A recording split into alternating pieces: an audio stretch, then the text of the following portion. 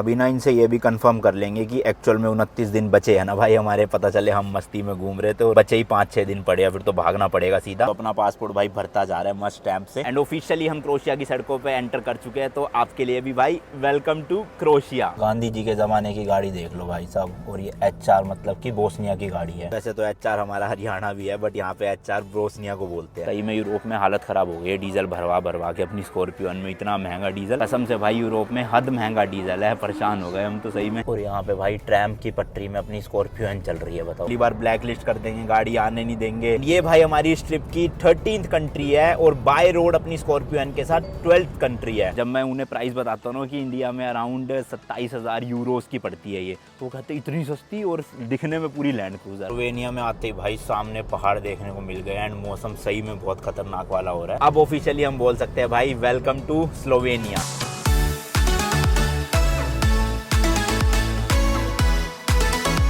भाई सब कल रात को बैंड बज गई गर्मी की वजह से। नींद तो इतनी तेज आ रही थी बट आ नहीं पा रही थी, गर्मी लग रही थी क्योंकि हालांकि इस रूम में AC लगा हुआ बट ये काम ही करना बंद हो गया था रात को। रूम का टेम्परेचर 28 डिग्री तक पहुंच गया था। पंखे होते नहीं है इन होटलों में, तो बड़ी हालत खराब हुई। बट अभी सुबह के 8:30 हो रहे हैं भाई और रेडी हो गया हूँ मैं, क्योंकि 9 साढ़े 9 तक मैक्स हमें निकल जाना है। आज दो कंट्री क्रॉस करनी है ना, क्रोशिया भी और स्लोवेनिया भी। स्लोवेनिया क्रॉस नहीं करनी, स्लोवेनिया पहुंचना है, वहीं पे नाइट स्टे होगा। क्रोशिया में खाली घूमना है हमें दिन में। चलो जी, चेकआउट कर दिया है। इस वाले अपार्टमेंट के लिए हमने 50 यूरोस पे करे थे, यानी इंडिया के 5,000 रुपये विद पार्किंग। कुछ इस तरह का एरिया है बाहर। ये जो पार्किंग है इन्हीं रेजिडेंशियल अपार्टमेंट्स की है, तो इन्होंने अपार्टमेंट को ही चेंज कर रखा है एयरबीएनबी में। यहाँ हमने अपनी स्कॉर्पियो एन को खड़ा किया हुआ है, तो बस ये सामान डालना है, ये डाल लूँ।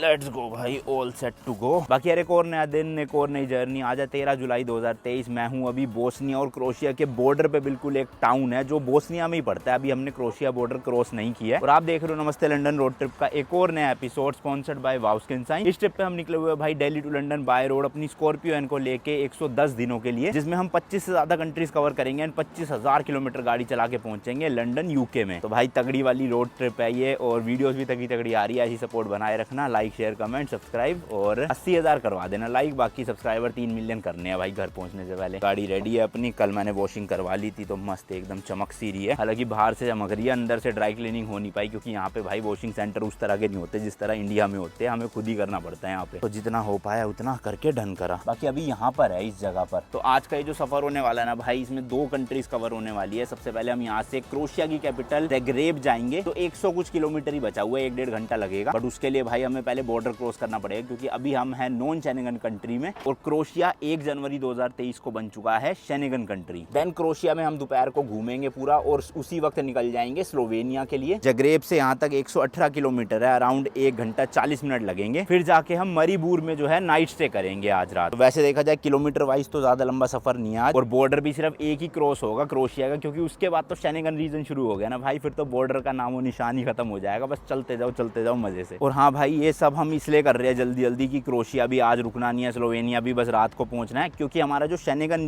वीजा है ना वो सिर्फ 29 डेज के लिए है, यानी कि हम शेंगन एरिया में सिर्फ 29 दिन रह सकते हैं, और वो भी एक्सपायर हो रहा है 13 अगस्त को। तो इसलिए हमें खींचना पड़ रहा है जबरदस्ती, वरना तो भाई मैं आराम से सितंबर तक घूम के जाता पूरा यूरोप। बट कोई गल नहीं भाई, चलते हैं, ऐसे रोने की बात नहीं है। बॉर्डर जो है क्रोशिया का हार्डली 2-3 किलोमीटर ही है बिल्कुल, क्योंकि मैंने बताया ना बॉर्डर टाउन पे ही रुके हुए हैं भाई। बड़ा ही छोटा सा शहर था ये, ज्यादा कुछ था नहीं, बट फिर भी देख रहे हो बड़े से ऐसे मॉल से बने हुए, मॉल या सुपरमार्केट जो भी कह लो। और हमको भाई सिटी सेंटर से थोड़ा 1-1.5 किलोमीटर बाहर ही रुकना पड़ा था, क्योंकि सिटी सेंटर का जो रास्ता जाता है ना वो पता नहीं क्यों इन्होंने बंद कर रखा है रोड कंस्ट्रक्शन की वजह से। और कल 4 बार हम गोल गोल घूम लिए, लेकिन सिटी सेंटर का रास्ता मिलके ही नहीं दिया। यूरोप में मोस्टली जितनी भी जगह है ना ऐसी, भाई लोग 5 बजे तक ही काम करते हैं, दुकानें वगैरह। कल मैं पंचर लगवाने गया 7 बजे, कोई दुकान ही नहीं खुली हुई थी, 5 बजे ही बता रहे थे हमारे जो फ्लैट के ओनर थे वो भी। तो सही है भाई, चिल लाइफ है यहाँ पे, 5 बजे तक काम करो, उसके बाद घर जाके मस्ती मारो। पासपोर्ट तो चेक हो रहा है भाई, ये बॉर्डर ही लग रहा है फिर तो शायद से। छोटा सा ही बना हुआ है ये भी, वही जैसे टोल टैक्स होते हैं ना भाई, कुछ अलग नहीं है। हालांकि है शेंगन एरिया में एंटर करने का। आगे लो आगे, यहाँ पे वही पासपोर्ट दिखाते हैं। हेलो,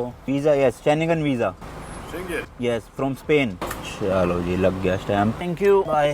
लो भाई, बोस्निया से एग्जिट हो गई है, स्टैम्प उन्होंने मार दिया, यानी कि अब ऑफिशियली हम शेंगन एरिया में एंटर करने वाले हैं। और बीच में ये ब्रिज सा आ रहा है, तो मतलब अभी हमने बोस्निया साइड का बॉर्डर क्रॉस किया है। अब जो है हम एंटर करने वाले हैं क्रोशिया साइड में, यानी कि शेंगन रीजन में। तो यहाँ पे ये इंश्योरेंस वगैरह लेट्स सी क्या क्या मांगते हैं। और ये टर्मिनल काफी बड़ा लग रहा है भाई, वो तो बिल्कुल जरा सा था टोल टैक्स की तरह। यहाँ पे भाई डॉक्यूमेंट्स निकाल लेते हैं सारे, क्योंकि वहाँ तो कुछ भी नहीं पूछा उन्होंने, सिर्फ पासपोर्ट ही देखा। लेकिन यहाँ पे RC वगैरह सब मांगेंगे। शेंगन कंट्रीज के लिए ना हमें टोटल 30 डेज का स्टे मिला था, जिसमें से हम ऑलरेडी एक दिन वेस्ट कर चुके अपना ग्रीस में, क्योंकि एंटर किए थे और फिर बल्गेरिया में एग्जिट कर गए थे, बट वो पूरा का पूरा एक दिन काउंट होगा। होता क्या है ना, जैसे हमने ग्रीस एंटर किया तो इन्होंने स्टैंप मारा, ग्रीस एग्जिट किया तो इन्होंने फिर से स्टैंप मारा, यानी कि हम शेनेगन एरिया में एंटर किए और शेनेगन एरिया से निकल भी गए। तो उसके बाद हम जितनी भी कंट्रीज घूमे वो सारी की सारी नॉन शेनेगन है, और आज वापस से शेनेगन शुरू हो रही है कंट्रीज, इसलिए हमारे जो बचे हुए 29 डेज है ना वो भाई चालू हो जाएंगे। तो स्टे हम अब 29 डेज ही कर सकते हैं, उससे ज्यादा नहीं कर सकते, और वो भी एक वैलिडिटी है कि 13 अगस्त तक ही कर सकते हैं, क्योंकि 13 अगस्त के बाद हमारा एक्सपायर हो जाएगा शेनेगन वीजा ही। तो मेरे ख्याल हम उससे पहले ही मार देंगे, क्योंकि 29 दिन का ही वीजा है और 29 दिन खत्म हो जाएंगे। और ये जो ग्रीस से हमने इंश्योरेंस लिया था, इसमें आप देख लो क्रोशिया में वैलिड है, CR लिखा हुआ है ना, यानी कि हमें कोई इंश्योरेंस अब लेना नहीं पड़ेगा। हालांकि इसकी वैलिडिटी अब ज्यादा बची नहीं, हमने लिया था ये 1 जुलाई 2023 को, तो यानी कि 1 अगस्त तक ही चलेगा, और 1 अगस्त के बाद 13 अगस्त तक का हमें इंश्योरेंस वापस से लेना पड़ेगा। वो भी शायद 180 यूरोस का ही आएगा, जैसे ये था 18,000 रुपए भाई। चलो जी, अपना नंबर भी आने ही वाला है, बस 2 गाड़ियां रह गई है हमारे आगे। एक्चुअल में होता क्या, जो यहाँ यूरोप की लोकल गाड़ी है ना, उनसे ज्यादा पूछताछ नहीं होती, सिर्फ पासपोर्ट चेक करते हैं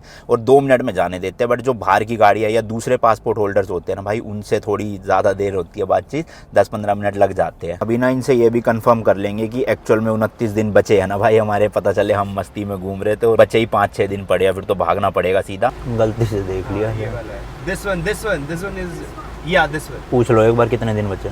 How many days are left for Europe? Can you tell me? No, not in Europe Union. Only in Schengen area we have 30 days. इनको नहीं पता भाई, कंफ्यूजन है बहुत। स्टैंप तो मार दिया बट बता नहीं रहे भाई। तो भाई सारा प्रोसीजर हो गया है, ज्यादा कुछ पूछताछ हुई नहीं, हमने उल्टा पूछताछ करी बट वो बता नहीं पाए जो हमने पूछा, बट कोई बात नहीं। इंश्योरेंस वगैरह तो इन्होंने कुछ नहीं चेक किया, बट पासपोर्ट में एंट्री दे दी है, और वो चीज ये कंफर्म नहीं कर पाई कि 29 डेज बचे है नहीं। बट मैंने एक वीडियो में आप लोगों से पूछा था और बहुत कमेंट्स आए थे कि एक्चुअल में यही है कि एक दिन अगर हम ग्रीस में एंटर किए और एग्जिट कर गए तो वो एक ही दिन काउंट होगा। अब बचे हुए 29 दिन हमारे वैलिड है। तो ये वाला तो है भाई बोस्निया से एग्जिट का 13/7/2023, और ये वाला है क्रोशिया में एंटर का 13/7/2023 का ही। बाकी आपको बता चुका हूँ मैं बहुत बार, गाड़ी का मतलब होता है लैंड बॉर्डर क्रॉस किया है। तो अपना पासपोर्ट भाई भरता जा रहा है मस्त स्टैंप से। बट अब यूरोप की ये सेकंड लास्ट स्टैंप थी, क्योंकि अब लास्ट स्टैंप जो लगेगी वो फ्रांस से एग्जिट करने के टाइम लगेगी, उसके बाद फिर यूके में स्टैंप लगेगी और इंडिया की स्टैंप लगेगी बस। एंड वो है भाई सामने बॉर्डर, और फाइनली हम एंटर कर चुके हैं अपनी इस ट्रिप की 12वीं कंट्री एंड 11वीं कंट्री अपनी स्कॉर्पियो एन के साथ, जो कि क्या है भाई क्रोशिया। एंड ऑफिशियली हम क्रोशिया की सड़कों पे एंटर कर चुके हैं, तो आपके लिए भी भाई वेलकम टू क्रोशिया। बाकी यार भीड़ तो ना नाम की है, देखो फटाफट से काम हो जाता है। हमारी लाइन में भी इतनी गाड़ी आती है बट हार्डली 10 मिनट भी नहीं लगे और मस्त काम हो गया। यही होता है भाई, यूरोप के बॉर्डर में दिक्कत नहीं हुई, सबसे ज्यादा हमें ईरान और टर्की के बॉर्डर में हुई थी, उसके बाद कोई दिक्कत आई नहीं है। अब जो यहाँ की कैपिटल सिटी है वहां तक का डिस्टेंस सिर्फ 135 किलोमीटर है एंड 1 घंटा 40 मिनट दिखा रहा है, और 10-20 पे हमने बॉर्डर क्रॉस कर लिया, यानी कि 12 बजे तक हम सिटी पहुंच जाएंगे। होटल नहीं लेंगे क्रोशिया में, पार्किंग में गाड़ी खड़ी करेंगे, खाना पीना करके सिटी एक्सप्लोर करके सीधा निकल जाएंगे शाम को स्लोवेनिया के लिए, यानी कि हमारी कंट्री नंबर 13th और गाड़ी से 12th। भाई सब देख रहे हो क्या, वैसे नंबर बढ़ता ही जा रहा है, मजेदार। और हमने तो भाई नाम का ही शेनेगन एरिया एंटर किया, क्योंकि जनवरी से पहले क्रोशिया भी नॉन शेनेगन ही रीजन था। तो नॉन शेनेगन टू शेनेगन जाने का मतलब ये नहीं है कि कुछ ज्यादा ही चेंजेस आ जाएंगे कंट्री में, सेम टू सेम ही है। हालांकि जो वेस्टर्न कंट्रीज है ना, जर्मनी जैसी या फिर उधर अपना नेदरलैंड, वहां पे मेजर डिफरेंस देखने को मिलेगा, और वो इसलिए नहीं क्योंकि वो शेनेगन कंट्री है, वो इसलिए क्योंकि वो कंट्री ही ओवरऑल वैसी है, वो शेनेगन में रहे चाहे नॉन शेनेगन में, वैसे ओवरऑल कंट्री अच्छी है काफी। तो वहां जाके रोड वोड सब भाई एकदम से चेंज हो जाएंगे, और आसपास के नज़ारे भी, टूरिस्ट भी बहुत दिखने लग जाएंगे। इन कंट्रीज में टूरिस्ट इतने आते नहीं है, बट वहां भर भर के आते हैं।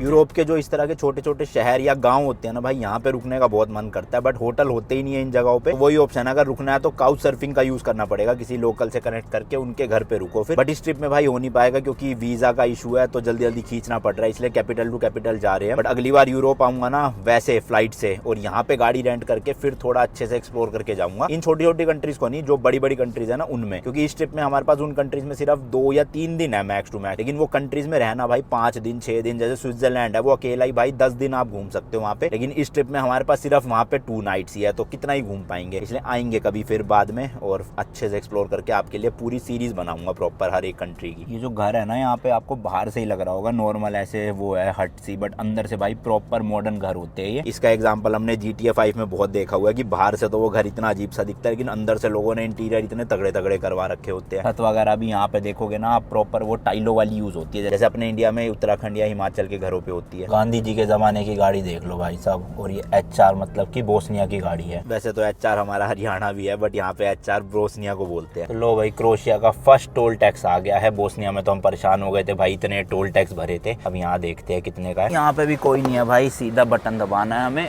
और पर्ची निकल जाएगी। आ गई है लो। अभी यहाँ हमें पे नहीं करना, आगे जाके पे करना है। अभी तक हम सिटी में भटक रहे थे, बट अब फाइनली जाके भाई हाईवे या एक्सप्रेसवे मिलेगा तो स्पीड मेंटेन हो जाएगी मस्त अपनी। ये इधर की तरफ कोई अलग सिटी है और सामने जगरेब जा रही है, यानी कि यहाँ की कैपिटल सिटी।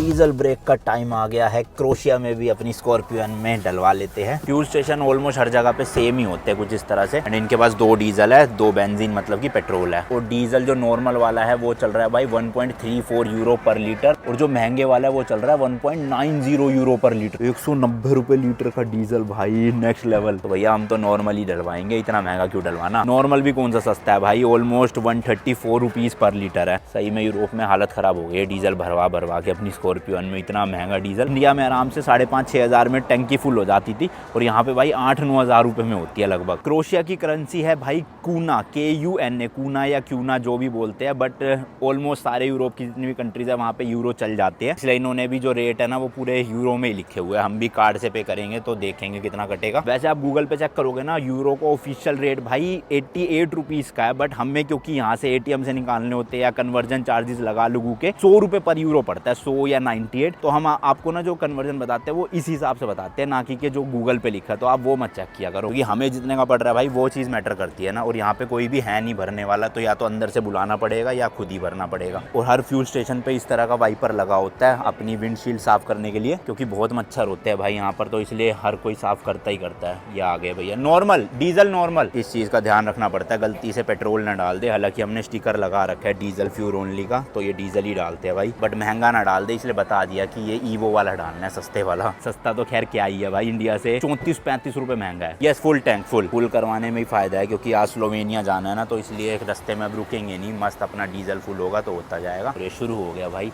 यूरो तो ऐसे बढ़ रहे हैं जैसे 1-2 रुपए बढ़ रहे हो। एंड यहाँ पे भी हर फ्यूल स्टेशन की तरह एक सुपर मार्केट बनी हुई है जहाँ से आप चीज़ें खरीद सकते हो। ये देखो भाई, इनके पास सब कुछ है, इंजन ऑयल भी है, DF भी है, और इसके अलावा वाइपर आपको कोई भी स्पेयर पार्ट्स लेने हो सब मिल जाएगा। इधर भी देखोगे वॉशर फ्लूइड रखा हुआ है, पर ये बहुत महंगा है भाई वॉशर फ्लूइड। अब ना ले, हम देख रहे हो 1 लीटर वाला है 2.49 यूरो, 250 रुपए का। क्या फायदा भाई, पानी डाल लेंगे और पानी में वो हम लेकर आए हैं मिक्स करके, मस्त वही काम चल जाएगा। इतने पैसे अब नहीं खर्चने। तो मेरे ख्याल से भाई 35-40 लीटर ही आएगा, क्योंकि ऑलरेडी डीजल है अपनी गाड़ी में। नहीं भाई साहब, ऑलरेडी 45 तो आ ही चुका है, तो भरता ही जा रहा है अभी भी। हाँ, अब ऑटो कट लग गया मस्त, तो यानी कि 47 लीटर डीजल भरे जा रहे हैं। तो भाई थोड़ा सा और आ जाएगा, शायद 48 ही कर दिया इन्होंने। 64.32 यूरो, यानी कि हमारे रेट के हिसाब से भाई 6500 रुपीज का डीजल आया है भाई साहब। और वो भी कितना, 48 लीटर ओनली। कसम से भाई यूरोप में हद महंगा डीजल है, परेशान हो गए हम तो सही में। तो देखो ये BMW वाले भाई जो है वो खुद ही भर रहे हैं, और हमने बुला लिया, तो उनको हम खुद भी भर सकते थे। और पेमेंट के लिए उस सुपर मार्केट के अंदर जाना पड़ता है, वहाँ पे कार्ड टैप या स्वाइप करके फिर पेमेंट होती है।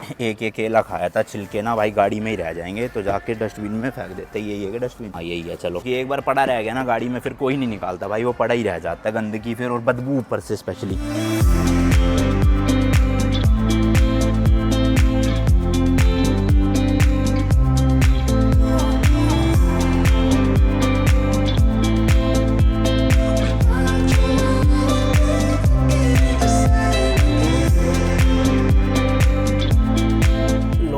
एग्जिट का टाइम आ गया है। ये वाली टिकट दिखानी है जो वहाँ पे ली थी और पे करना है। यहाँ पे यूरो में ही पे करेंगे, वही यहाँ लिखा हुआ है ऑटोमेटिक टोल कलेक्शन। अब देखना पड़ेगा भाई क्या सीन है, कैसे पे कर सकते हैं हम। आगे करो, ये मशीन है भाई, अब कहाँ डालूँ क्या करूँ। मेरे ख्याल से टिकट तो यहाँ डलेगी। जी हाँ गया। Molimo vas platite prikazani iznos karticom ili gotovinom. Card देना, कार्ड 4.20 यूरो यहाँ टैप करना है शायद, Molimo vas हो pričekajte. जाएगा तो। ओ हाँ, खुल गया, želim लेट्स गो भाई। स्लिप नहीं ली हमने लेकिन, बट सही है भाई, कार्ड से पेमेंट हो जाती है। 4.20 यूरो मतलब कि हमारे हिसाब से 420 रुपये हुए, बट हमने कार्ड से पेमेंट करी है ना तो उसमें कम लगेंगे, अराउंड 380 या 390 रुपये, वो जो भी होगा उसमें स्टेटमेंट में आ जाएगा। बट ये चीज़ सही है भाई, कोई फास्टैग का चक्कर नहीं, कुछ नहीं। अपना वो टिकट डाली मशीन के अंदर, कार्ड टैप किया, पेमेंट हो गई, और मतलब विद इन 15-20 सेकेंड आप एग्जिट मार गए, और लोग भी नहीं रख रखे। सोचो ऐसे इंडिया में होगा तो भाई कितने लोगों की नौकरियां चली जाएगी जो टोल टैक्स पे बैठते हैं लोग। ट्रिप पे आने से पहले ना हम बहुत ज़्यादा डर रहे थे टोल टैक्स को लेके, और लोगों ने भी डरा दिया था कि पे नहीं करोगे तो अगली बार ब्लैक लिस्ट कर देंगे, गाड़ी आने नहीं देंगे, एंड में भर के जाना। बट ये किसी ने नहीं बताया भाई कि हर टोल टैक्स में हम ही कैश या फिर कार्ड से पेमेंट कर सकते हैं।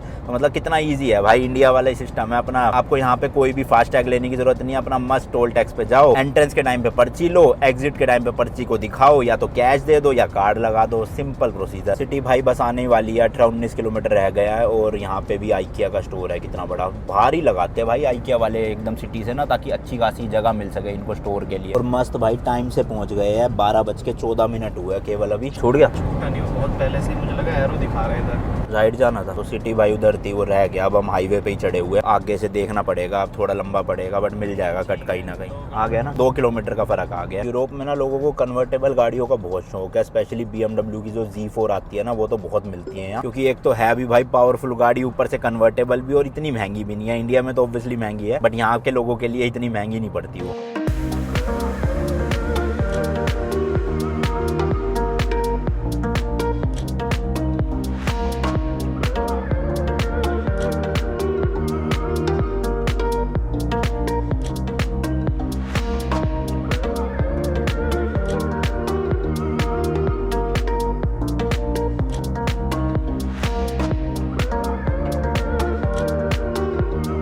लो भाई सिटी सेंटर आने ही वाला है। यहाँ पे बोर्ड भी आ गया है, सेंटर CENTAR, लेफ्ट की तरफ। इंडियन रेस्टोरेंट काफ़ी सारे हैं इस सिटी में, तो जो मेन रेस्टोरेंट है वो बिल्कुल भाई सिटी सेंटर में ही है, वहीं पे जा रहे हैं, खाना खा के फिर एक्सप्लोर कर लेंगे। लो भाई सिटी सेंटर आ चुका है, बट पार्किंग का इशू, वही रोड पे तो खड़ी करके जा नहीं सकते वरना फिर वो ताला सा लगा जाएंगे पुलिस वाले, तो इसलिए आसपास कोई पेड पार्किंग ढूंढते हैं, वहीं पे गाड़ी खड़ी करके फिर निकलेंगे। और इस पूरे एरिया में भाई कंस्ट्रक्शन ही चल रही है, देखो रेनोवेशन का काम हो रहा है। ये टावर है ऊपर के दोनों, इसको भी अच्छे से रेनोवेट कर रहे हैं, और यहाँ भी देखो पूरा रेनोवेशन चल रहा है। गूगल मैप पे ना पार्किंग डालोगे आसपास सारा दिखा देगा, ये रेड कलर में PP है ना, तो देखता हूँ भाई पास में सबसे कौन सी है, वहीं खड़ी कर देंगे। पर नियरेस्ट पार्किंग 1 किलोमीटर के आसपास है, बट पैदल चलने में ज्यादा दूर नहीं है, पैदल तो यहीं से यहीं आ जाएंगे, 300-400 मीटर गाड़ी के लिए रास्ता है 1 किलोमीटर का। वैसे तो लोगों ने रोड पे भी खड़ी कर रखी है और पार्किंग के बोर्ड है, बट भाई ये यहाँ के लोगों के लिए, क्योंकि ना मैसेज करना पड़ता है पार्किंग से पहले, और वो हम कर नहीं सकते, सिम कार्ड नहीं है क्योंकि, तो इसलिए हमें जो लोगों की प्राइवेट पार्किंग होती है ना, ऐसे प्लॉट को पार्किंग में कन्वर्ट किया होता है, वहां पर खड़ी करनी पड़ती है। और यहाँ पे भाई ट्रैम की पटरी में अपनी स्कॉर्पियो एन चल रही है, बताओ। ये आ गया बोर्ड पार्किंग का 50 मीटर पे, यहाँ से मिल गई, लेफ्ट में अंदर घुसा देनी है। वो देख लो किसी का प्लॉट ही है, वहीं पे इन्होंने पार्किंग बना दी, काफी बड़ी पार्किंग है भाई अंदर तो। यहाँ वही पर्ची ले लेनी है, ऐसे दबा के निकल जा भाई। हाँ चलो जी, फिर जाते वक्त पर्ची वापस डालनी है, जितने भी घंटे हुए होंगे पे कर देना है। चलो जी चलो, पार्क कर दिया। अरे शायद ये नहीं है, ये रिजर्वेशन वाली पार्किंग है, अलग ही मार्किंग लग रही है, और यहाँ लिखा भी है रिजर्वीरानी पार्किंग। उधर ही लगाओ भाई, वो नॉर्मल वो होगी, ये जिनकी रिजर्वेशन है ना उनकी है। जो लोग मेरे ख्याल से मंथली पे करते होंगे ना, उनके लिए अलग स्लॉट बना रखे है ये। हाँ देखो ये लाइन से सारे वही रिजर्वेशन वाले हैं, उधर कहीं लगाओ। ये वाले नॉर्मल है, इनमें देखो व्हाइट कलर में मार्किंग है, क्योंकि देख रहे हो भाई, सीख तो जाता हूँ मैं धीरे धीरे चीजें यहाँ के किसी नई देश में। ऐसी थोड़ी चैनल का नाम इंडियन बैकपैकर रखा है भाई, BMW दिखती रहती है हर जगह पे। मेरा इतना ना दिल दुखता है देख के, ऐसे अपनी X7 की याद आ जाती है मुझे यार बार बार। हाँ, ये दिखती रहे, इससे फर्क नहीं पड़ता। चलो जी, वहाँ पे मिल गई है मस्त एकदम सामने खड़ी है भाई जी वैगन की हाल चाल भाई। यहाँ खड़ी है बड़ी वाली जी वैगन, अपनी स्कॉर्पियो है। ये गाड़ी भी कम थोड़ी है भाई जी वैगन से। यूरोप में जितने भी लोग मिलते हैं ना, सब लोग इसे लैंड क्रूजर से कंपेयर करते हैं। जब मैं उन्हें प्राइस बताता हूँ कि इंडिया में अराउंड 27,000 यूरोस की पड़ती है ये, तो कहते इतनी सस्ती और दिखने में पूरी लैंड क्रूजर। मतलब ऑब्वियसली LC जितनी नहीं है, बट लोग कहते हैं ऐसा। लैपटॉप वाला बैग निकाल लूँ, यहाँ छोड़ना सेफ नहीं है। और मेन सारा सामान भाई इसी में है, क्योंकि इसका रिस्क नहीं ले सकते। चलो जी चलो मस्त लॉक कर देते हैं। इस पूरी स्ट्रीट पे भाई कैफ़े रेस्टोरेंट्स यही सब है, और इंडियन रेस्टोरेंट भी बस आ ही गया। यहाँ से 60 मीटर दिखा रहा है सामने की तरफ। भीड़ देखो भाई साहब कितनी तगड़ी लगी पड़ी है, जबकि अभी तो दोपहर के 1 बजे है। शाम को 4-5 बजे तो खतरनाक वाली भीड़ होती होगी, बट वही बात है भाई, आधे ज़्यादा लोग खाने के लिए कम, पीने के लिए ज़्यादा आए हुए हैं। यहाँ पर पीना ही चलता रहता है हर गली गली में। रेस्टोरेंट का नाम है रॉयल इंडिया, मिल गया भाई, लिखा भी हुआ है ऑथेंटिक इंडियन कुजीन। बाहर तो नहीं बैठेंगे भाई, गर्मी हो रही है, अंदर ही चल के बैठते हैं एसी के। Yes, table for 2। इतनी सारी डिशेज इसलिए रखी हुई है क्योंकि फोटो शूट चल रहा है, और यूरोप में ना लगभग हर रेस्टोरेंट में या फिर कैफे में आपको अच्छा खासा इंटरनेट देखने को मिल जाता है, बट अपलोडिंग स्पीड अच्छी नहीं होती। हमारे मेन काम वही आती है, बट ठीक है, मैनेजेबल है, 15-16 MBPS। चलो भाई, खाना पीना हो गया है। टोटल 3900 रुपीज़ का बिल आया। इंडियन रेस्टोरेंट्स भाई महंगे ही है बाहर की कंट्रीज़ में, तो एक ही टाइम खाते हैं तो इतनी दिक्कत नहीं होती। मैं तो वैसे भी हफ्ते में 3-4 दिन ही खाता हूँ। अभी यहाँ पे मिल रहा था तो मैंने कहा इसलिए खा के ही निकलेंगे। मौसम भाई अच्छा हो गया, धूप नहीं है, दोपहर के 2 बज रहे हैं। जबकि सबसे पहले तो भाई हम जा रहे हैं यहाँ के मेन स्क्वायर में, जो कि है बैन जेलासिस स्क्वायर। 350 मीटर है बस यहाँ से रेस्टोरेंट से, तो पैदल पहुँच जाएंगे। इस सिटी की जो टूरिस्ट अट्रैक्शन है ना भाई, वो 3-4 ही है गिनती की, तो आप एक दिन में आराम से पूरा कवर कर सकते हो। बाकी रहना हो 3-4 दिन भी रह लो, उसमें तो कोई दिक्कत नहीं है। बाकी क्रोशिया एज अ कंट्री की बात करें तो भाई वर्ल्ड रैंकिंग में 127 नंबर पे आती है area wise. Total land area है इसका 56,594 किलोमीटर स्क्वायर। पॉपुलेशन की बात करें तो पूरी कंट्री में भाई अराउंड 39 लाख लोग रहते हैं, और ये जो कैपिटल सिटी है जगरेब, इसमें अराउंड 8 लाख लोग रहते हैं। लैंग्वेजेस की बात करें तो इंग्लिश काफी लोग बोल लेते हैं, वैसे इनकी ऑफिशियल लैंग्वेज क्रोशियन है। एक और फन फैक्ट भाई क्रोशिया के बारे में, जो भी गेम ऑफ थ्रोन्स के फैन है उनको पता होगा, या नहीं भी पता तो बता दूं कि भाई गेम ऑफ थ्रोन्स की शूटिंग जो है वो क्रोशिया कंट्री में ही हुई थी, बट इस सिटी में नहीं, इनकी दूसरी 2 सिटीज है बिल्कुल कोस्ट के पास में। तो काफी सारी टूरिस्ट प्लेसेस अभी भी बनी हुई है जहाँ पे लोग जाना पसंद करते हैं as a Game of Throne fan. ये सिटी ना भाई 2 हिस्सों में बटी हुई है, lower town and upper town. इस वक्त हम लोअर टाउन में हैं, ये जो मेन स्क्वायर है ये भी लोअर टाउन में ही है। भाई सिटी सेंटर में कबूतर बहुत होते हैं, बोस्निया में भी कितने सारे थे। ये सामने मेरे बैन जोसेफ का स्टैचू है घोड़े के ऊपर, एंड वो सामने यहाँ की फेमस ट्रैम्प जा रही है। फेमस तो क्या, यूरोप में हर जगह ही चलती है। अरे इसके पीछे क्या, ये मेट्रो है? नहीं, ट्रैम्प ही है, बस थोड़ी सी बैजिंग के साथ है। इस स्क्वायर में एक घर है, हाउस नंबर 18। वो भाई यहाँ का सबसे पुराना घर है, अराउंड 1827, अराउंड 200 साल के आसपास। वैसे तो इस जगह पे ना हमेशा कुछ ना कुछ कॉन्सर्ट वगैरह चलता रहता है, बट अभी इस टाइम पे कुछ नहीं चल रहा, और भीड़ तो है लेकिन फिर भी। बट भाई पूछू किससे हाउस नंबर 18 कहाँ पर है, क्योंकि ऐसे तो नहीं पता चलेगा। एक क्लॉक लगी हुई है बहुत बड़ी सी, और बिल्डिंग्स पे ध्यान दोगे ना भाई, अलग अलग तरह का आर्किटेक्चर है। इधर अलग है, इधर अलग है, इधर आपको बिल्कुल ही मॉडर्न ऊंची सी ग्लास बिल्डिंग देखने को मिल जाती है। ये देखो येलो कलर की बिल्डिंग, इसी के साइड में अलग बिल्डिंग्स है बिल्कुल। ओ भाई साहब, ये मेरे को रियल क्यों लग रही है?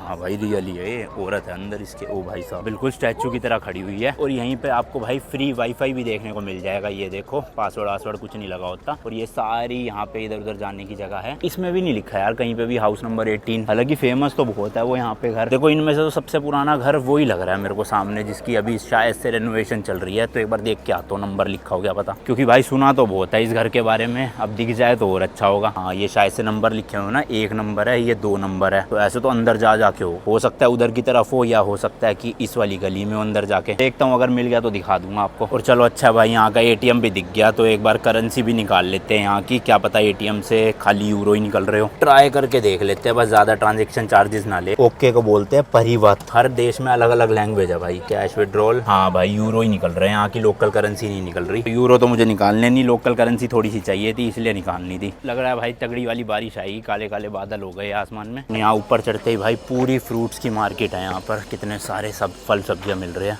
और ऐसे बेंचों पे ही लगा के बैठे हुए भाई, पूरी प्रॉपर सब्जी मार्केट। बैग तो भाई बहुत भारी है, क्योंकि आईपैड भी है, लैपटॉप भी है, सारे चार्जर भी है, और लग रहा है बंद करने का टाइम हो गया। सब बस जा ही रहे हैं पैक वैक करके, या फिर आ रहे हैं मेरे ख्याल। हाँ, कुछ लोग जा रहे हैं, कुछ लोग सेटअप कर रहे हैं अभी। यहीं पे भाई सोविनियर शॉप भी है, ले ले फिर आ जाओ, सोविनियर ले ही लेते हैं, मिल रहे हैं। फ्रिज मैग्नेट और पोस्ट कार्ड लेने हैं मेरे को तो, और इनसे ही बात करेंगे। यूरो देखे ना, यहाँ की लोकल करेंसी ले लेंगे जो कलेक्शन के लिए रखनी है मुझे। मेटल वाले ही लेने हैं भाई, लकड़ी और वो वाले तो टूट जाते हैं। ये सही लग रहा है, 1.5 यूरो है ये रहा, 150 रुपये का। ये लग रहा है ना भाई प्रॉपर मेटल, जो टूटेगा भी नहीं, बट ये महंगा होगा। कितना है पूछता हूँ उनसे। ओ भाई साहब नीचे तो बहुत बड़ी शॉप है ये अच्छा लग रहा है भाई, मस्त क्वालिटी भी है और दिखने में भी कुछ यूनिक है। तो क्रोशिया में ना एक म्यूजियम है ब्रोकन रिलेशनशिप का, तो प्यार व्यार को कुछ ज़्यादा ही वो देते हैं, इसलिए देख लो ऐसा कुछ है। Excuse me, how much for this? This one. It's written here, wait, 270. And in euros, 2.7 2.7, okay. I thought 270 euros. So 2.7. Yeah, sorry. 2.7, right? 2.7. तो 270 रुपये का है. Tell the dog. Yeah. And do you have postcard? Yeah, we do. You have them on this side on the left. End game of thrones की shooting भी भाई यहीं crochet में हुई थी, मैंने आपको बताया, इसलिए पोस्टर भी देख लो कितने मिल जाएंगे यहाँ। बट मैंने देखी नहीं भाई गेम ऑफ थ्रोन्स, अब ऐसे वो मत करना। ये तो हो गया फाइनल। पोस्ट कार्ड कहाँ रखे हैं? तो ये 2 फाइनल कर दिया मैंने। 0.5 यूरो यानी 50 रुपये का एक है। Do you have local currency? Well, no, not anymore. Note a single note? No, I need for my collection. I understand, but I don't have any. Okay thank. Maybe at home. इनके पास तो मिली नहीं भाई local currency, अब कहीं और पता करना पड़ेगा। वो इंडियन रेस्टोरेंट था ना, उनसे पूछ लेता। Okay, this is 30 cents. Okay And this is your 16 euros. Thank you. Uh, souvenir का तो काम हो गया, चलो अब बेफिक्र घूम सकते हैं, वरना रह जाता है सोविनियर एंड में। अब जा रहे हैं भाई जैग्रेब कैथेड्रल, यहीं पे ही है 150-200 मीटर पे। ओ भाई सब छतरिया कैसी है ये? यूज़ किस लिए आएगी भाई? पानी तो इसमें से आर पार हो जाएगा, मेरे ख्याल बस फैशन के लिए है। तो यही है भाई वो कैथेड्रल, अभी मैंने आपको दिखाया था ना जब हम आए थे। बट ये तो रेनोवेशन चल रही है भैया, बंद पड़ा होगा। एक बार जाके देख लेते, खुला होगा तो अंदर चल लेंगे, नहीं खुला होगा तो कोई नहीं। यहीं पे ये डबल डेकर बस खड़ी हुई है, ये भी आप कर सकते हो अगर सिटी आपने घूमनी है पूरी। और यहाँ लग रहा है भाई बैरिकेड, तो मतलब हम नहीं जा सकते अंदर। ये चर्च ना भाई 13th सेंचुरी में बनाया गया था, बट उसके बाद बहुत सारे अर्थक्वेक को झेला इसने, इसलिए अभी इसकी हालत कुछ खास नहीं है। और शायद इसीलिए ही जो है रेनोवेशन का काम चल रहा है, ताकि इसको अच्छा बनाया जा सके। ये जो 2 टावर है ना भाई, इनकी हाइट 105 मीटर है। यहाँ की पॉपुलेशन की रिलीजन की बात करें तो भाई अराउंड 79% लोग यहाँ पे कैथोलिक है, 3.3% लोग सर्बियन ऑर्थोडॉक्स है, एंड 1.3% लोग मुस्लिम है। और इसके अलावा अराउंड 5% लोग जो है वो नॉन रिलीजियस या फिर एथिस्ट है। यहाँ पे भी देख लो भाई वही सट्टेबाजी या कसिनो वाली जो स्टोर है, ऐसी रोड पे खुले हुए हैं मेन। भाई सब इंडियंस बहुत देखने को मिल गए मेरे को। अभी वहाँ होटल में शेफ थे 3-4 इंडियन, वेटर थे 1-2 इंडियन, होटल कह रहा हूँ सच, वो इंडियन रेस्टोरेंट में। और अभी डिलीवरी कर रहे थे स्कूटर से 2 इंडियंस, वो भी देखे मैंने। ये वही लोग तो नहीं है डोंकी मार के आए हुए कहीं यहाँ पर। भाई साहब क्या गली है, मस्त देखना, बिल्कुल पतली सी है, और दोनों तरफ लोगों ने अलग अलग ग्रेफिटी या स्प्रे पेंट करे हुए। और ये देख के सैलेंड्रियास की याद आ गई, GTA में करते थे ना मिशन था। और भाई बड़ी सही सी जगह है, एकदम कूल सी लग रही है, बिल्कुल पतली सी, और दोनों तरफ रंग बिरंगिया। तो ये सीढ़ियाँ जा रही है भाई अपर टाउन की तरफ। ये तो बहुत ऊंची सीढ़ी है, और वैसे भी हमें केबल कार से ही जाना था वो, क्योंकि वो यहाँ की बहुत मेन टूरिस्ट स्पॉट है। इस केबल कार को कहते हैं फ्यूनिकुलर। ये आ गई है भाई सामने, आप देख सकते हो, नीचे डाउनटाउन से ऊपर अपर टाउन तक लेकर जाती है हमें। ये भाई वर्ल्ड की सबसे शॉर्टेस्ट पब्लिक फ्यूनिकल है, जो सिर्फ और सिर्फ 66 मीटर लेंथ में है, एंड नीचे डाउनटाउन से अपर टाउन तक 55 सेकंड में पहुंचा देती है। 55 मतलब 55 सेकंड। ये भाई एंट्रेंस है, और इसका नाम है जेट उस्पिनज़ासा। पता नहीं भाई प्रोनाउंसिएशन ही नहीं समझ आती मेरे को। तो यहीं कहीं से इसकी टिकट मिलती होगी, टिकट है या नहीं है पता नहीं, फ्री है। और ये देख लो भाई टाइमिंग भी लिखी है, 10 मिनट, 20 मिनट, 30 मिनट, कितने कितने देर में चलती है। लेट्स सी टिकट, हाँ टिकट लेनी पड़ेगी। पे अपस्टेयर्स, ओके। तो भाई पे जो है वो ऊपर ही करना है, अभी हम सिर्फ बैठ जाते हैं यहाँ चल के। Let's go. छोटी सी है भाई, बिल्कुल ऐसे डब्बे जैसी। जैसे कि मैंने बताया सिर्फ 66 मीटर की लेंथ है, तो शुरू होते ही भाई खत्म हो जाएगी। 1892 से है भाई ये, और उस टाइम पे ये ना स्टीम इंजन हुआ करता था, बट बाद में इसको जो है वो इलेक्ट्रिक केबल कार की तरह बना दिया। वो आ रही है भाई ऊपर से नीचे, और हम जा रहे हैं नीचे से ऊपर। कितना ज़रा रास्ता है भाई।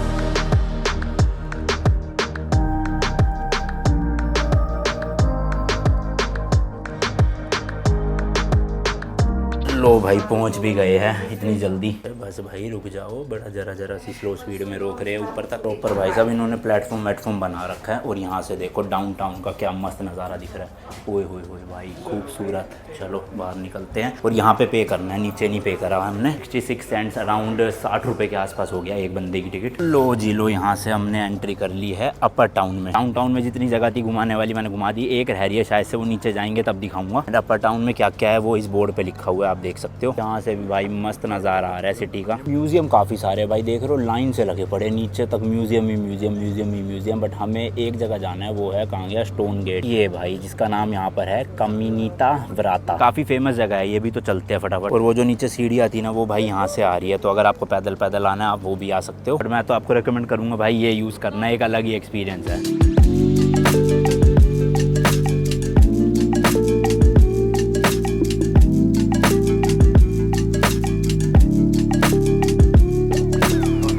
हाँ भाई अपर टाउन में भी देखो कंस्ट्रक्शन चल रही है काफ़ी सारी। तो नेक्स्ट लोकेशन आए हैं हम यहाँ के फेमस स्टोन गेट। ये गेट ना भाई 13th सेंचुरी में बनाया गया था, और उस टाइम पे ये ऑफिशियली सिटी का एंट्रेंस होता था, मतलब गेट यही था। मैं 13th सेंचुरी सोच रहे हो भाई कितनी पुरानी बिल्डिंग है, बट अच्छे से इसको जो है वो प्रिजर्व करके रखा हुआ है। और ये स्टोन गेट ना काफ़ी फेमस है वर्जिन मैरी की इस इमेज की वजह से, जिसको भाई बहुत सालों से प्रिजर्व करके रखा हुआ है। इवन यहाँ पे कई बार तो आग भी लगी है, उसमें भी बच गए। तो काफ़ी लोगों के लिए ये एक स्पिरिचुअल प्लेस है, इसलिए लोग यहाँ पे आके प्रेयर करते हैं और कैंडल्स भी जलाते हैं। उस साइड से एंट्री करी थी, इस साइड से एग्जिट करी है। एंड ये देख सकते हो आप नीचे सिटी की तरफ जा रहा है। यहाँ पे भाई हर बिल्डिंग के बाहर नंबर लिखा हुआ है 32, 33, 34 ऐसे ही आगे। चलो भाई वापस बाहर आ गया हूँ। ओवरऑल भाई सिटी बहुत खूबसूरत है। ऐसे जो गलियाँ है ना यहाँ की, दोनों तरफ बिल्डिंग्स देख देख के मज़ा आता है ऐसे वॉक करने में। और मज़ा आता अगर ये बैग नहीं होता, भाई हालत ख़राब होगी बैग के साथ चलने में। अभी फिलहाल हम क्रोएशिया के लास्ट टूरिस्ट स्पॉट पे जा रहे हैं, जो कि क्या है भाई, museum of broken relationship. 3:30 already बज चुके हैं, आधा घंटा है हमारे पास, 4 बजे फिर निकल लेंगे। ये देखो भाई बस चल पड़ी, अलग अलग जगहों पे आपको लेकर जाएगी एंड वहीं पे ही छोड़ देगी। फिर आप घूम के आओ,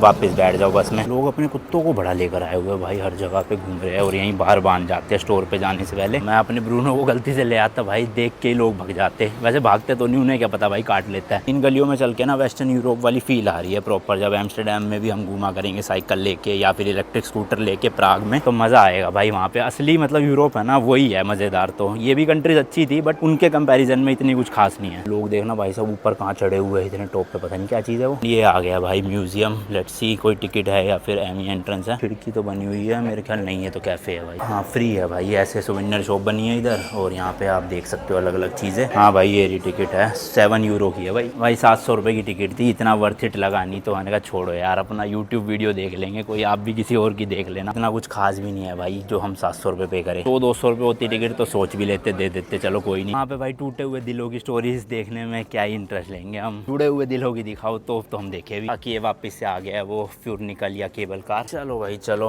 वापस से 60 रुपीज़ देते हैं नीचे जाने के, तो वही भाई नीचे ही देनी है टिकट। बैग उतार के इतना सुकून मिलता है भाई साहब, वो हो ये टिकट मिली है भाई, ये लो जी एक, थैंक यू।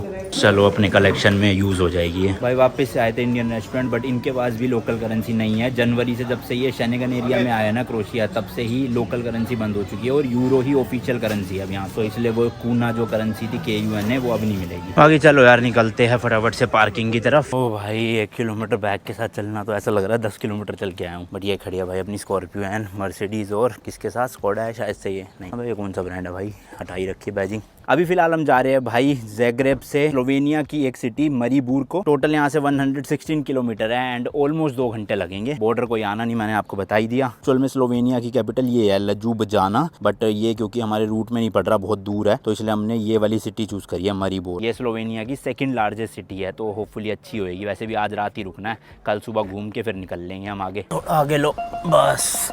तो यहाँ पे भी वही सेम टोल टैक्स की तरह ही पर्ची डालो। ये पैसे क्या बता रहा है भाई, ये ले नहीं रहा पर्ची, इनवैलिड आ रहा है कुछ। तो यहाँ पे भी एक मशीन लगी हुई है, कोई बंदा तो है नहीं, पूछूं किससे, तो यहीं पे ट्राई करता हूँ, शायद से हो जाए। ले ले भाई, तू भी मत निकाल दियो। हाँ ले तो लिया भाई। ओ भाई साहब 9.6 यूरोज, ऑलमोस्ट भाई 10 यूरो, 1000 रुपये हो गए। यहीं पे टैप करना है ना, इंग्लिश करना पड़ेगा। प्लीज पे 3 घंटे 40 मिनट के 10 यूरो। मेरे ख्याल कैश का ही ऑप्शन है, कार्ड चल नहीं रहा, या यहाँ चलेगा। हाँ शायद से यहीं चलेगा। हो गया है, रिसिप्ट दे दो भाई। हो गई चलो, और ये आ गई है रिसिप्ट साथ में। भाई साहब 10 यूरो, 1000 रुपए की पार्किंग, 3 घंटे के वो भी। अब शायद से ये ले लेगा पर्ची को, ले लिया, खुल गया ना। चलो भाई चलो। तो समझ लो क्रोएशिया को घूमने के हमारे 6-7 हज़ार रुपये लग गए, जिसमें हमने खा भी लिया, ये पार्किंग वार्किंग भी पे कर दी। होटल हम ले नहीं रहे तो जा ही रहे सीधा।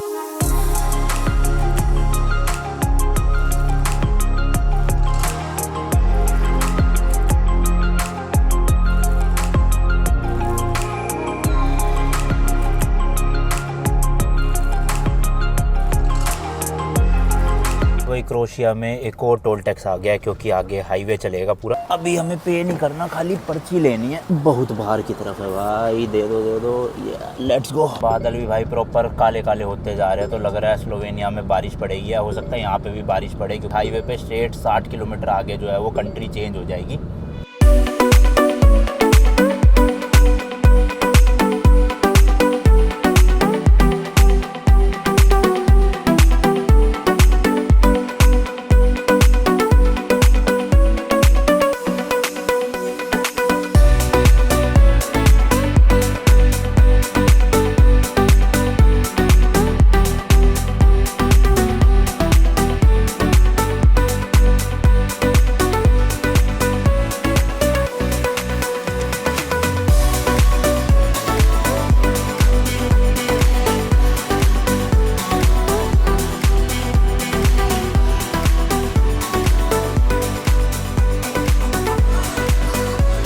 साहब सही में बहुत प्यारा मौसम हो रहा है। और अब थोड़ी देर गाड़ी जो है वो मैं चलाऊंगा, अभिषेक को आ रही है नींद। वैसे तो ज़्यादा रास्ता नहीं बचा हुआ, बॉर्डर आने में हार्डली 10-15 किलोमीटर है बस। उसके बाद जो मेन सिटी है वो भी 30-40 किलोमीटर ही होगी। 5:29 हुआ है, मैक्स टू मैक्स भाई 6:30-7 बजे तक तो पहुँच ही जाएंगे।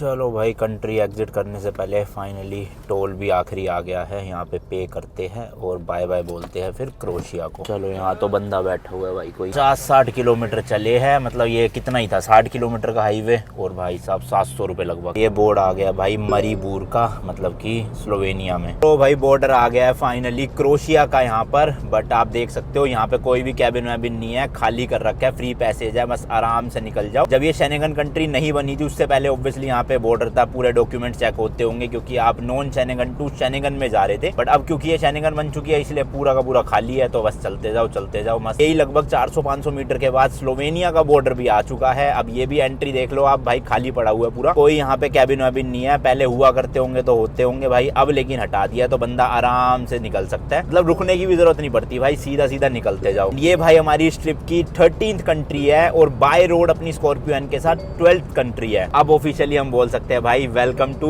स्लोवेनिया। एंड हल्की हल्की बारिश शुरू हो गई है भाई, बूंदाबांदी थोड़ी थोड़ी। यहाँ से मेन सिटी सेंटर तक का जो रास्ता है वो केवल और केवल 40 किलोमीटर का है। गूगल मैप पे 28 मिनट दिखा रहा है क्योंकि प्रॉपर हाईवे होंगे भाई, इसलिए 40 किलोमीटर सिर्फ 28 मिनट में देखो। अब भाई जितने भी डॉक्यूमेंट्स है ना हमारे, उनको निकालने की जरूरत नहीं पड़ा करेगी, ना ही पासपोर्ट की जरूरत पड़ेगी रास्ते में। हाँ पुलिस वाला कोई रोक ले चालान के लिए तो वो देखने को कह सकता है, कारनेट, वीजा या आरसी वगैरह, बट बॉर्डर कोई नहीं आने वाले अगले 28 दिनों के लिए। अब जितनी भी फॉर्मेलिटीज होगी ना वो सब होगी जब हम यूरोप से एग्जिट लेंगे एंड यूके में एंटर करेंगे, तब वापस से वही पुराने वाला प्रोसीजर चलेगा। तो आप लोग भी बेचारे परेशान हो गए थे कि हर वीडियो में बॉर्डर दिखाए जा रहे हो, बट अब अगली 27-28 वीडियोस में कोई बॉर्डर नहीं आएगा, ना हमारे लिए टेंशन ना आपके लिए टेंशन, मस्त बस अपना चलते रहो। और अब जो भी कंट्रीज आने वाली है ना भाई, बड़ी बड़ी कंट्रीज है सारी, हर जगह हम 2-2, 3-3 दिन रुकने वाले हैं, अच्छे से एक्सप्लोर भी करने वाले हैं। वरना ये जो पीछे की नॉन शेंगन कंट्रीज थी, हम एक दिन के लिए जाते थे, अगले दिन घूमा फिर निकल गए। अब आने वाली कंट्रीज में ऐसा नहीं होगा, मस्ती से घूमेंगे और आपको भी अच्छे से घुमाएंगे।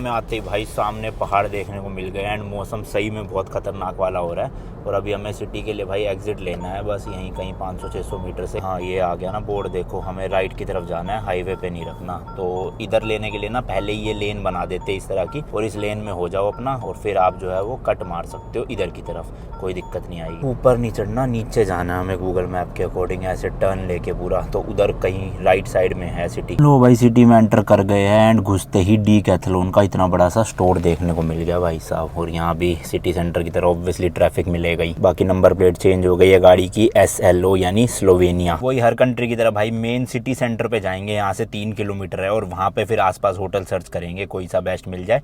और पार्किंग तो होगी नहीं होटल में, इसलिए पब्लिक पार्किंग ही जो पेड वाली होती है वहीं पे एक रात के लिए रखनी पड़ेगी गाड़ी, फिर 2000-1500 रुपए पार्किंग के। सामने की साइड लिटरली भाई बादल ही दिख रहे हैं, खाली काले काले, और इसके अलावा कुछ है ही नहीं, देख रहे हो दूर दूर तक। ये आ गया भाई यहाँ का मेन सिटी स्क्वायर या सिटी सेंटर, और इस टाइम पे तो खाली पड़ा हुआ है भाई, लोग भी नहीं दिख रहे यहाँ पे तो ज्यादा। पता नहीं होटल हॉस्टल होंगे या नहीं होंगे, लेट्स सी, ढूंढते हैं कहीं पे। भाई साहब जितने भी होटल है सबके सब 8000, 9000, 10000, एक ये 5000 का है, वो भी मेरे को लग रहा है। हाँ देखो रूम विद शेयर्ड बाथरूम है। बस स्लोवेनिया तो बड़ी महंगा देश निकला भाई साहब। लो भाई बोल ही रहा था, और शुरू हो गई है तगड़ी वाली बारिश, पर अच्छा अपनी सनरूफ धुल जाएगी मस्त। अभी बहुत ज्यादा थकान हो रही है, होटल मिल नहीं रहा है, दिमाग खराब हो रहा है इतने पैसे देख देख के। यार आप देखो एक नॉर्मल टूरिस्ट क्या होता है, आता है घूमता है, रात को थक के अपना होटल में सो जाता है। बट एक यूट्यूबर की लाइफ देखो भाई, पूरा दिन घूमो भी, शूट भी करो, खाना वाना खाओ या जो भी करना है, गाड़ी भी चलाओ, पर रात को आके भाई एडिटिंग भी करो, फिर अच्छा इंटरनेट ढूंढ के भाई उसको अपलोड करके शेड्यूल भी करो, थंबनेल भी बनाओ, फिर जाके जो है थोड़ा बहुत टाइम मिलता है और अपने लिए मतलब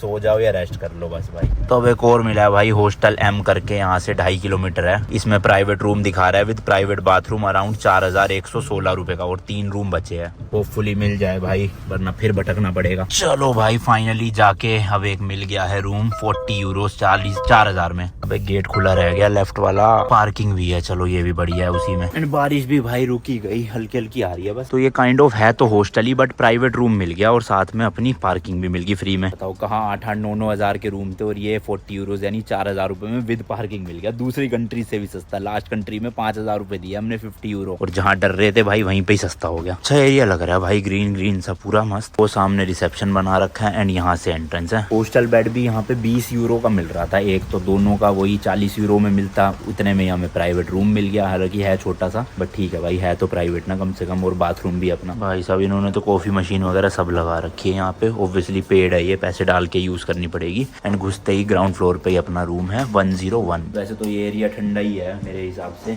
तो एसी तो होगा नहीं, खैर रूम में हीटर जरूर दे देंगे। ये है भाई जरा सा रूम, बिल्कुल 2 बेड लगे हुए सिंगल सिंगल, और ये बाथरूम जो घुसते ही भाई खत्म हो जाता है। वार्डरोब दे रखी है फालतू फंड में, उससे अच्छा थोड़ा सा बाथरूम बड़ा कर देते। जल गई भाई जल गई लाइट, अब देख लो रूम अच्छे से। एंड बाहर वापस से बारिश शुरू हो गई और इतनी तेज बादल गरज रहे हैं, कर कर कर कर कर, बहुत तगड़ी वाली बारिश आ रही है। बस कल सुबह नहीं आनी चाहिए, क्योंकि भाई हमें घूमना है कल 3-4 घंटे ही है ये सिटी घूमने के लिए, उसके बाद हमें निकलना है अगली कंट्री। अगर तो बारिश आ गई तो ऐसी तैसी हो जाएगी, बाकी ठीक है, देखते हैं, होप फॉर द बेस्ट। बाकी इस वाले व्लॉग के लिए इतना ही रखते हैं भाई, मिलता हूँ आपसे नेक्स्ट वीडियो में। Till then good bye, and as always तीखे रास्तों पे नहीं पड़ना फीका।